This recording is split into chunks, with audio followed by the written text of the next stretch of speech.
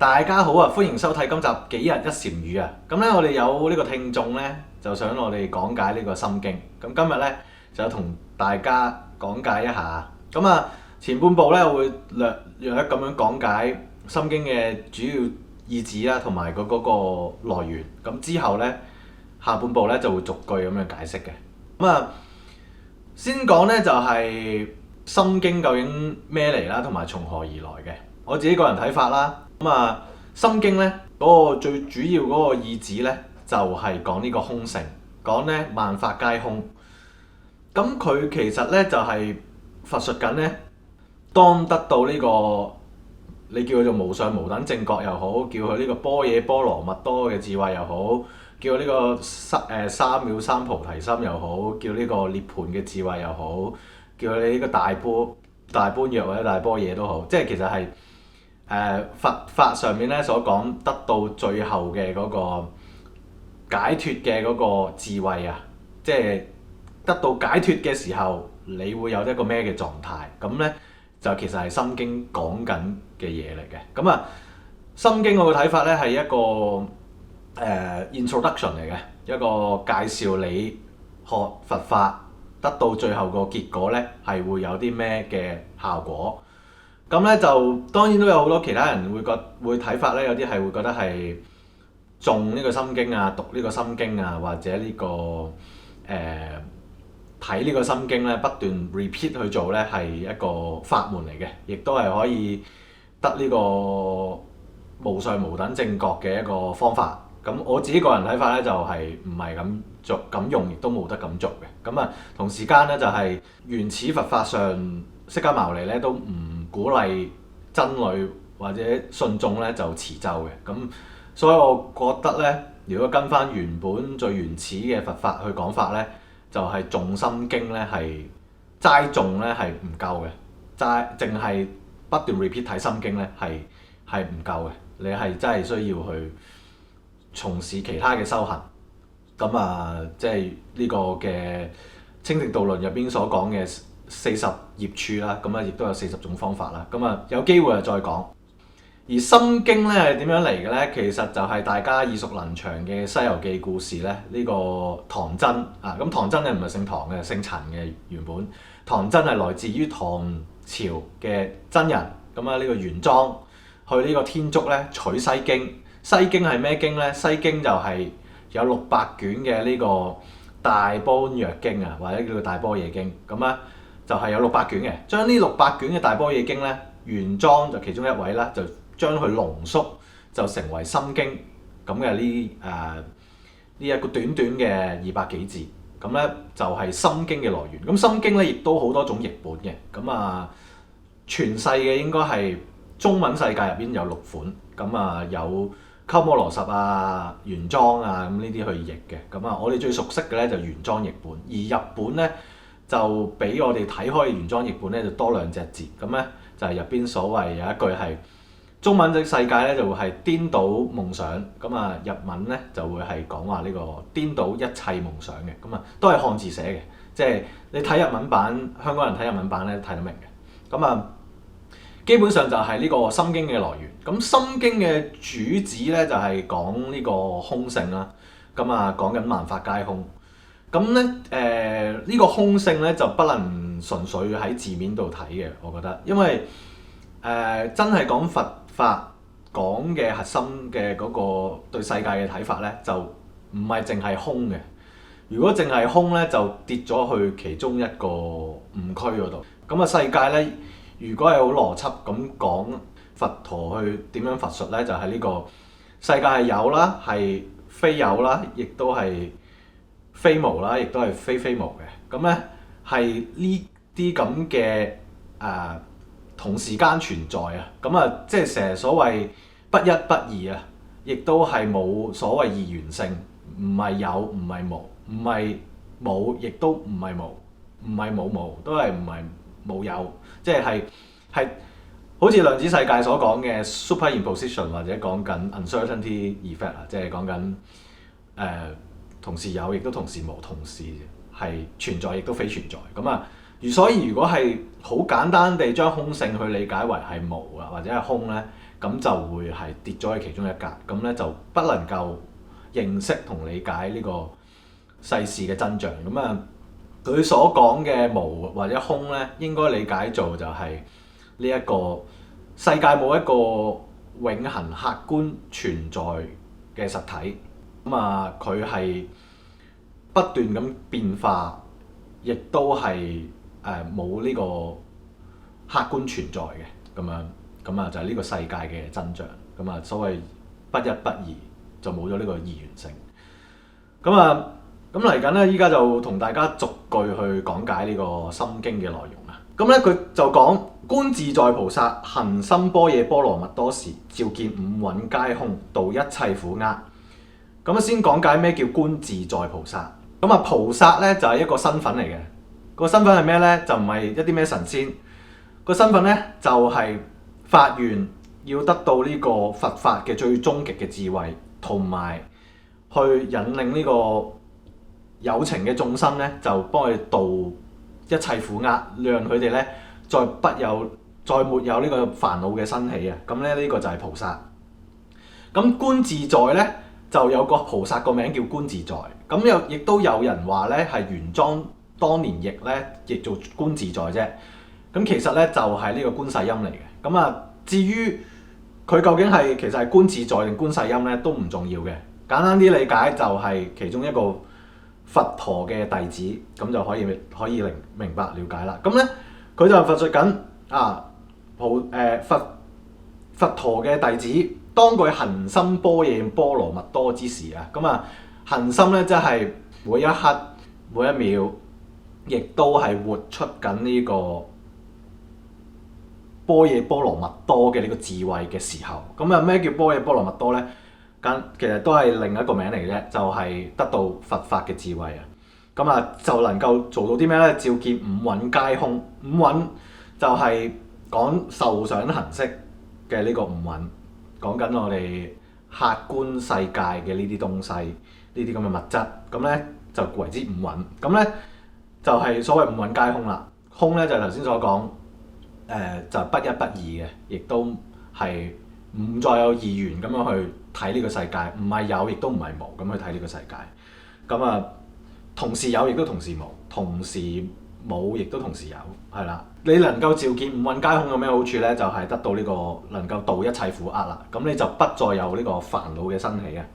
咁所以第一句咧，全句解咧就係當呢個觀自在菩薩係活喺呢個佛法嘅終極智慧嘅時候咧，就能夠明白呢個客觀嘅世界咧，就係同時有亦都同時無嘅。咁有咩好處咧？佢就唔再有煩惱嘅生起啦。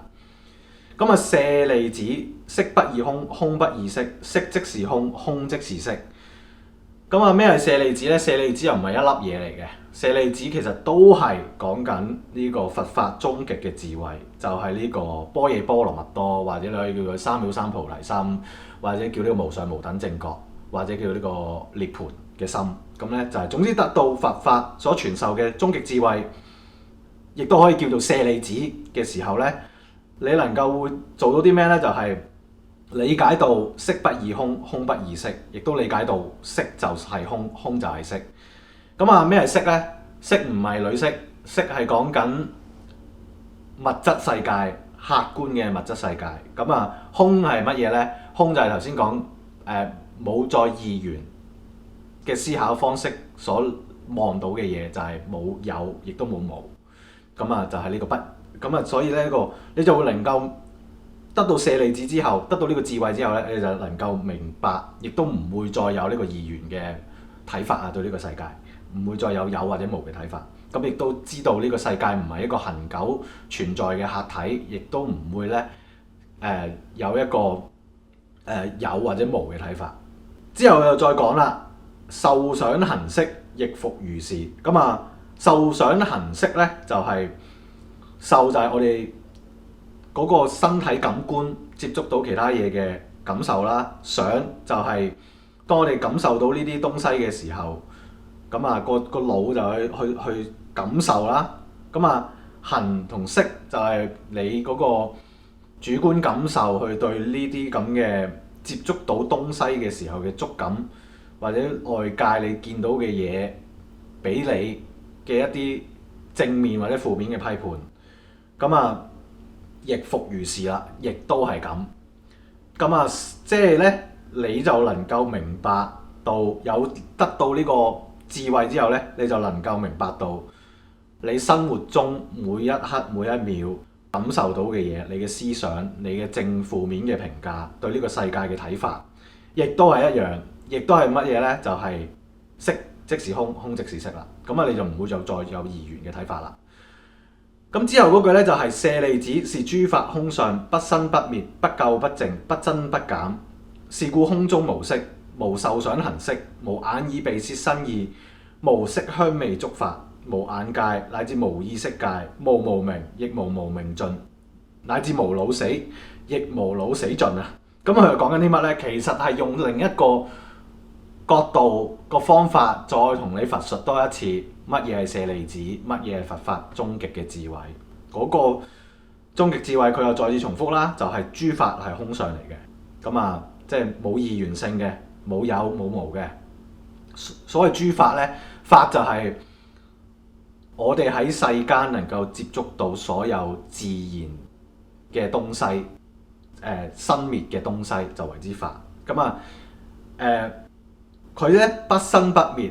所謂不生不滅就因為所有東西都係互相依靠嘅，係有呢樣嘢，所以先至有嗰樣嘢，係大家互相有串連嘅關係。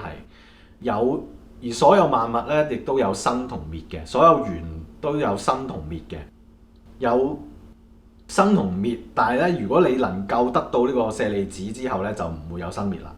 咁咧，亦都唔會有呢個乾淨或者唔乾淨嘅睇法，亦都唔會有增加或者減少嘅睇法。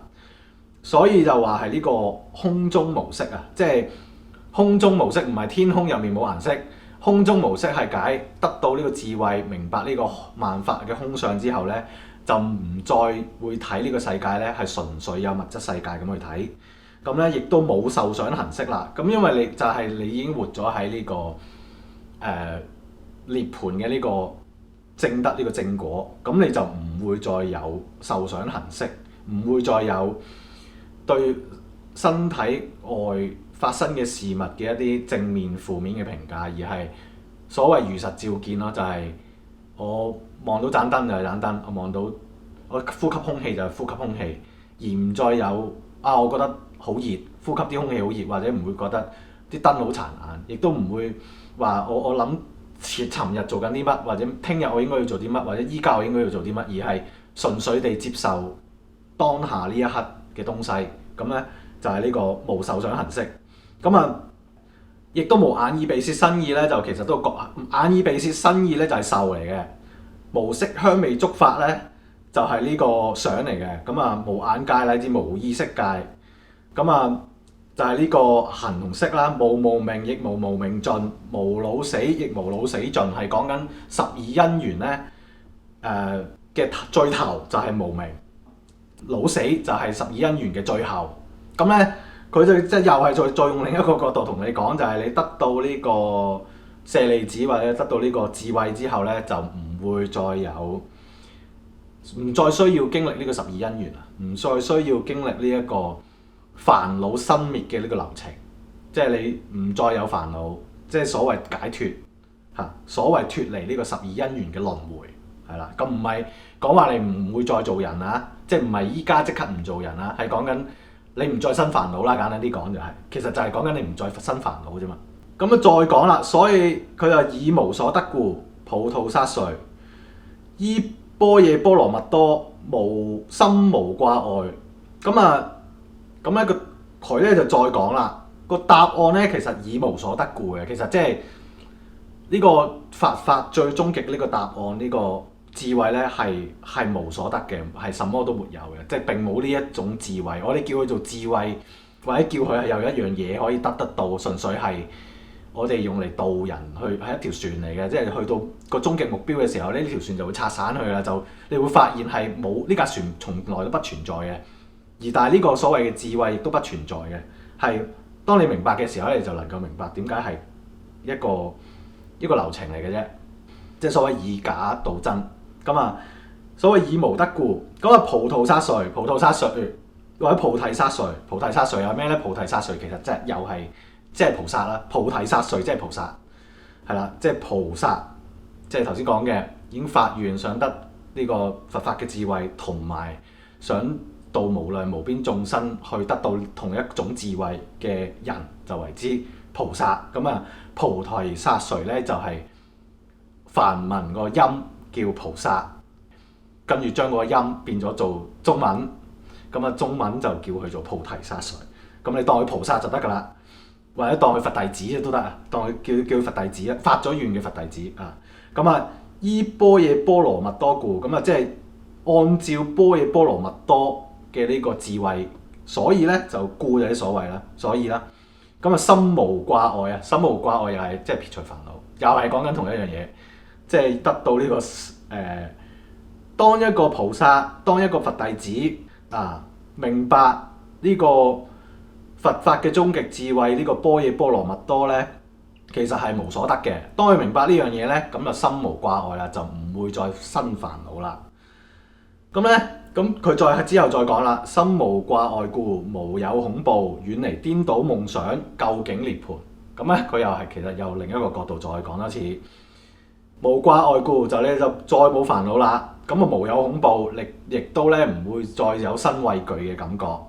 咁啊遠離顛倒夢想，咁啊遠離咧所謂顛倒夢想咧，就係人類對呢個世界嘅錯誤認知，就係咧以為呢個人有靈魂能夠永恆存在，世界係客觀存在嘅。佢就話俾你聽，得到呢個智慧咧，你就會明白空相空性，咁咧你亦都咧就能夠遠離呢一個對世界嘅錯誤認知。呢個錯誤認知咧就係呢個顛倒夢想啦。咁啊〜就究竟涅槃，咁啊所謂究竟即係都係講緊，即係就係咁樣就係為之涅槃啦。我哋究竟涅槃就係我哋生出嚟一存在喺呢個世界，每一日生活其實就已經係存在喺呢一個涅槃嘅境界，只不過我哋自己唔知啫。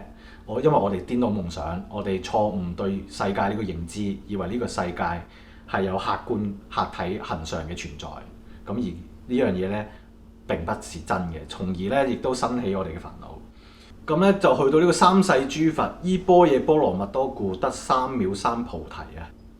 咁咧就係講三世諸佛，即係各個已經成佛，即係已經脫離呢個苦，亦都得到呢個涅槃嘅佛弟子或者個佛。咁咧就係因為用呢個用呢個般若波羅蜜多嘅呢個智慧啊，咁咧從而得呢個三藐三阿耨多羅三藐三菩提。咁其實都係即係如果有去到涅槃，其實就係因為佢用呢個最佛法嘅智慧，咁啊亦都得到呢個三藐多羅三藐三菩提，就係都係講緊呢個般若波羅蜜多。即係其實係同一樣嘢啊，即係又係。三藐阿耨多羅三藐三菩提，即係無上無等正覺，亦都係呢個涅槃。咁即係三世即係如果將佢變翻同一個 term，就係所有得道嘅人或者佛弟子，都係因為用呢個涅槃嘅智慧，亦都係因為用呢個無上無等正覺嘅呢個佛法嘅智慧而得到嘅。咁咧，再下一句咧就係故知般若波羅蜜多是大神咒，是大明咒，是無上咒，是無等等咒，能除一切苦，真實不虛。咁咧呢句咧，我覺得呢句咧就可圈可點嘅。我自己個人咧就唔係好 buy 呢句嘅，因為佛陀咧係生前咧完全唔鼓吹咧大家持咒嘅，佛弟子係不應持咒嘅，係一個戒律嚟嘅。咁而呢個《心經》嘅譯本就擺咗落去咧，就去推崇《心經》嘅呢一篇文，同埋推崇佢呢一篇文最尾嘅嗰個咒。咁咧，我就覺得係可以攞嚟做參考，但不應咧就係迷咗落去嘅。咁咧，佢就有講呢個故知般若波羅蜜多咧，咁啊就係、佢咧就將呢個般若波羅蜜多嘅呢個智慧咧，就將佢變做話係一個大神咒，係一個咒嚟嘅，係要嚟唱誦嘅，係大明咒，係神咒、明咒、無上咒、無等等咒呢啲咩叫法都好啦，即係同你講係 number one 啊，非常之 number one， 仲非常之 number one 嘅好嘢嚟嘅咁樣，咁啊係喺度推銷緊大家咧誦心經最後嗰個咒，咁咧就可以得涅槃，亦都可以脫離苦難，亦都唔會再有苦痛嘅生起。咁我就唔 buy 嘅，但係照字面解咧就咁解啦嚇。咁啊，佢就話即係讀完呢個咒咧就可以冇再苦難㗎啦，亦都唔係假嘅咁樣，真實不虛。咁啊，最後嗰句咧就故説般若波羅蜜多咒，即説咒曰：揭爹揭爹，波羅揭爹，波羅僧揭爹，菩提薩婆訶。咁啊，佢就introduce佢講嘅呢個咒俾你聽啦。呢個咒咧就係般若波羅蜜多咒叫做咁啊。個咒係點唱誦嘅咧？就係唱誦嗰句揭爹揭爹，波羅揭爹，波羅僧揭爹同呢個菩提薩婆訶啦。咁啊，其實呢個字咧咁即係廣東話或者中文睇你就覺得啊好神奇啊，或者好玄啊咁樣。但係其實咧佢本身就係梵文嚟嘅。你諗下就係一啲由印度嚟嘅嘢傳到嚟中原，然之後咧就係同你講話用廣東話嘅發音讀過印度文嘅東西咧，你就可以不斷唱誦呢句嘢咧，咁你就可以脫離痛苦㗎啦。咁其實我就覺得呢個諗法不可取嘅，亦都同時間係持咒呢件事係佛陀唔鼓吹嘅。咁啊簡單啲就係咁講啦。咁所以短短地去 summarize 咧，就係心經講緊嘅咧，就係推崇緊呢一句咒。咁我講俾你聽，點解要唱誦呢句咒咧？就係因為你唱誦呢句咒咧，就可以得到呢個離苦得樂，就唔需要再有痛苦嘅生起。咁啊，亦都係所謂得到呢個阿育三藐三菩提啊，或者叫呢個無上無等正覺啊，或者得到呢個呢個嘅般若波羅蜜多啦咁樣。我會認為咧，就係《心經》係一個好好嘅 introduction 嚟嘅。咁啊，因為佢講嘅嘢咧好圓嘅，亦都好多 terms 好多名相，咁咧會令到你想對佛學或者佛法咧更加深入嘅了解。但係咧就唔應該淨係停留咗喺讀心經、背心經、抄心經上邊啊，因為佛法入邊仲有好多應該要學習嘅東西，而呢一個將600卷大般若經將佢濃縮為呢200幾字嘅心經嘅呢篇嘢，佢係不斷咁樣推崇大家去持咒嘅。咁啊，純粹持咒咧，我覺得個益處咧就不及你真係走去讀呢600卷嘅大般若經咁有益處。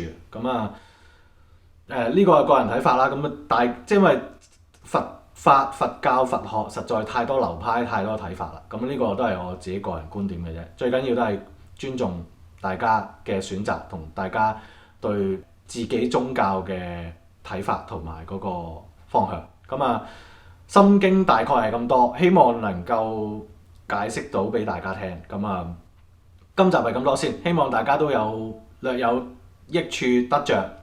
咁啊，同意唔同意都好，都係個人選擇。咁啊，所謂般若即非般若啊嘛，亦都講緊係呢個空性，即係不一不二啊嘛。講緊呢個世界唔係二元性啊嘛，唔係對唔係錯啊嘛。咁所以可能都係小弟嘅壇數唔夠高，先會覺得呢個持咒係不及其他法門有用。咁啊，亦都係講緊可能係小弟要呢個再努力啊。簡單啲講就係咁啦。好，歡迎大家 comment、like、subscribe 同 share，我哋下次再見，拜拜。